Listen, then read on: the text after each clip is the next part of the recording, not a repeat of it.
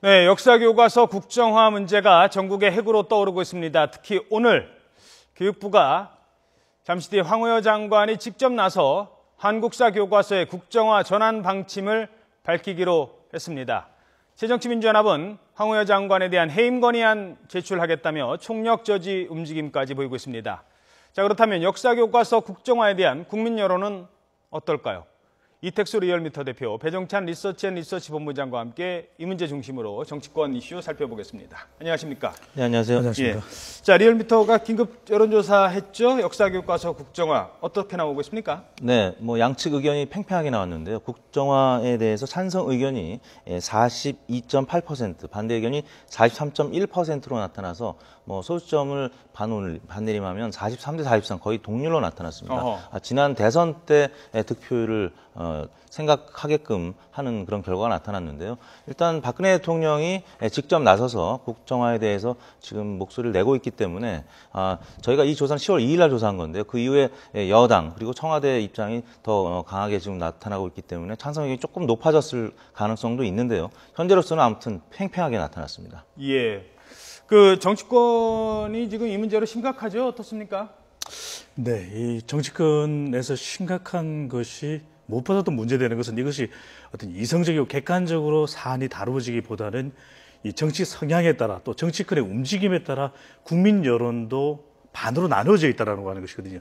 새누리당 지지 성향이 강한 계층, 그리고 보수적 성향, 그리고 50대와 60세 이상에서는 국정교과서를 선호하고 있고 새정치민주연합 지지층, 그리고 2030 세대, 그리고 진보적 성향이 강한 계층에서는 검정교과서를 선호하는 것으로 나타나고 있거든요.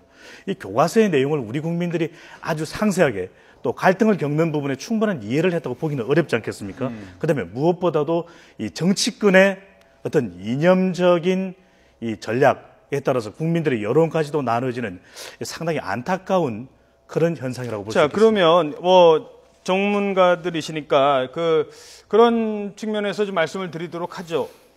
왜 국정화 하자는 거고 왜 반대하자는 건지 딱 하나의 사건을 딱 예를 들면 알 수 있을까요?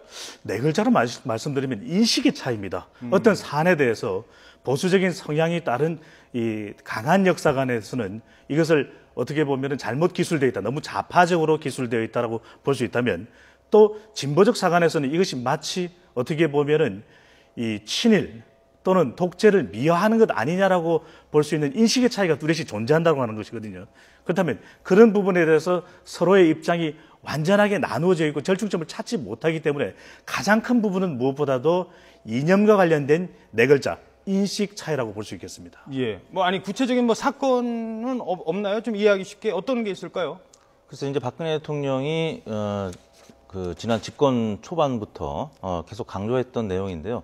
글쎄요, 사건이 있다기보다는 박근혜 대통령이 그동안에 과거 정부 때부터 검인정 교과서가 넘어오면서부터 인식을 했던 부분인 것 같고, 지금 4대 개혁과 관련해서 중요한 게 또 교육개혁인데, 교육개혁에서 또 가장 첫 번째 이 승부수를 이쪽에 둔 것 같습니다. 박근혜 대통령이 아무튼 역사교과서 관련해서 많은 보수층의 부모들이 우려하는 부분에 대해서 지금 개혁해야 되겠다는 목소리를 내고 있는데, 아무튼 찬성 여론이 만만치 않게 또 전 인구의 절반을 차지하고 있기 때문에 보역 갈등이 이 문제로 인해서 좀 다소 심화되지 않을까 싶습니다.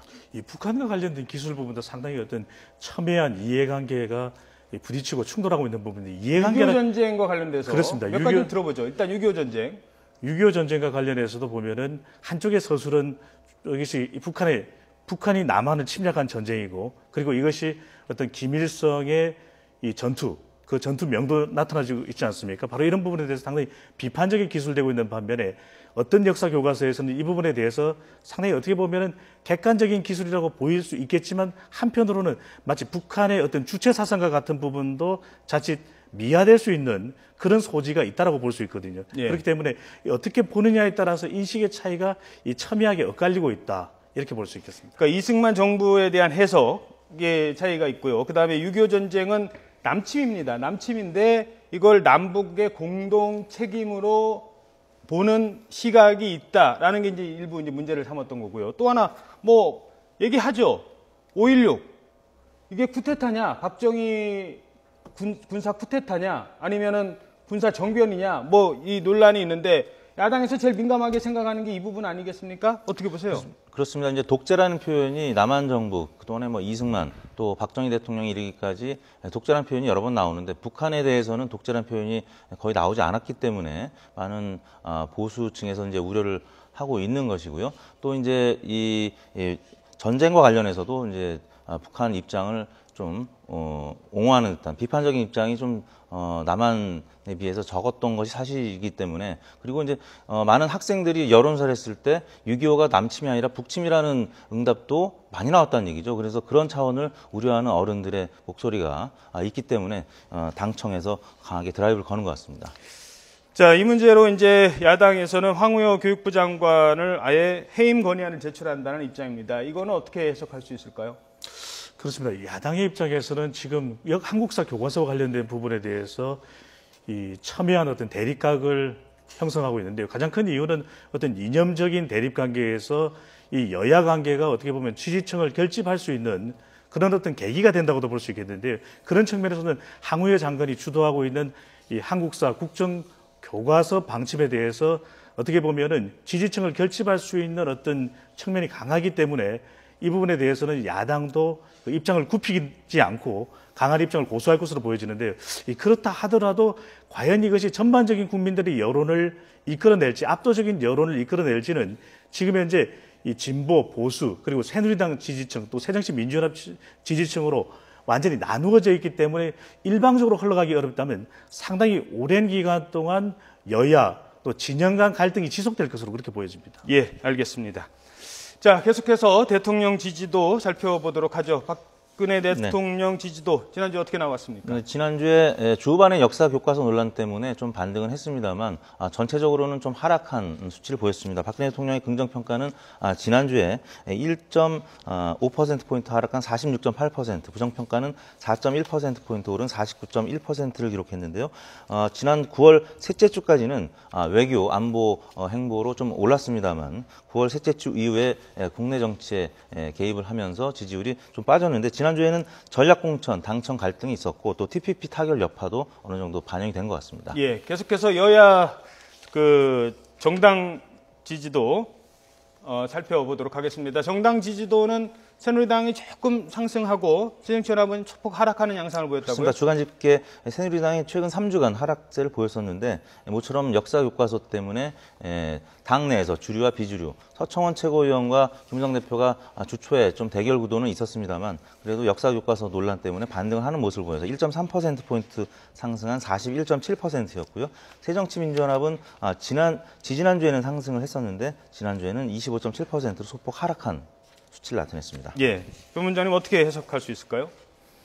네, 새누리당의 지지율도 상승을 하고 소폭이나 하긴 대통령의 지지율이 뭐 하락했다가 상승한 그런 모습을 보여주지 않습니까? 정당 지지율도 이 새누리당도 이 소폭 상승하는 그런 국면을 보여줬고, 새정치민주연합도 조금 하락하기는 했지만 크게 떨어지지는 않았습니다. 어떻게 보면은 이 새누리당, 새정치민주연합 그리고 대통령의 입장에서도 이 당청 갈등으로까지 이 확산되는 조짐을 보였던 이 공천 갈등 자체가 한국사 교과서와 관련된 여야 간의 대립 국면으로 접어든 것으로 보여지거든요. 네. 어떻게 보면은 대통령이 당장의 지지율에는 이 한국사 교과서 논란이 크게 영향은 미치지 않는다 하더라도 이 향후에는 이것이 어떤 이념적 갈등이 지속될 경우에는 대통령의 지지율에도 어떤 식으로든 영향을 미칠 수가 있거든요.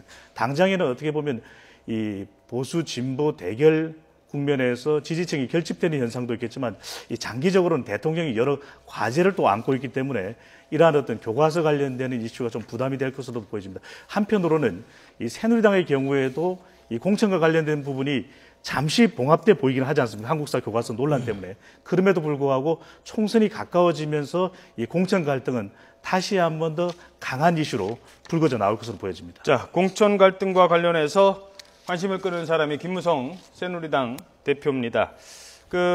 김무성 대표의 지지도가 다른 대선 후보 지지도에 비해서 좀 눈에 띄는 것 같아요. 설명을 좀 해주시죠. 그렇습니다. 이제 김무성 대표가 지금 그 박근혜 대통령과 혹은 친박계와 갈등을 보이다가 지난주 역사 교과서 논란이 있으면서 박근혜 대통령과 다시 투톱 체제를 지금 형성을 하고 있는데요. 예. 18.8%로 지난주에도 역시 1위를 기록했습니다. 다만 국감에서 사회 마약 사건이 또 재론이 되면서 2.2%포인트 하락한 18.8%를 기록했고요.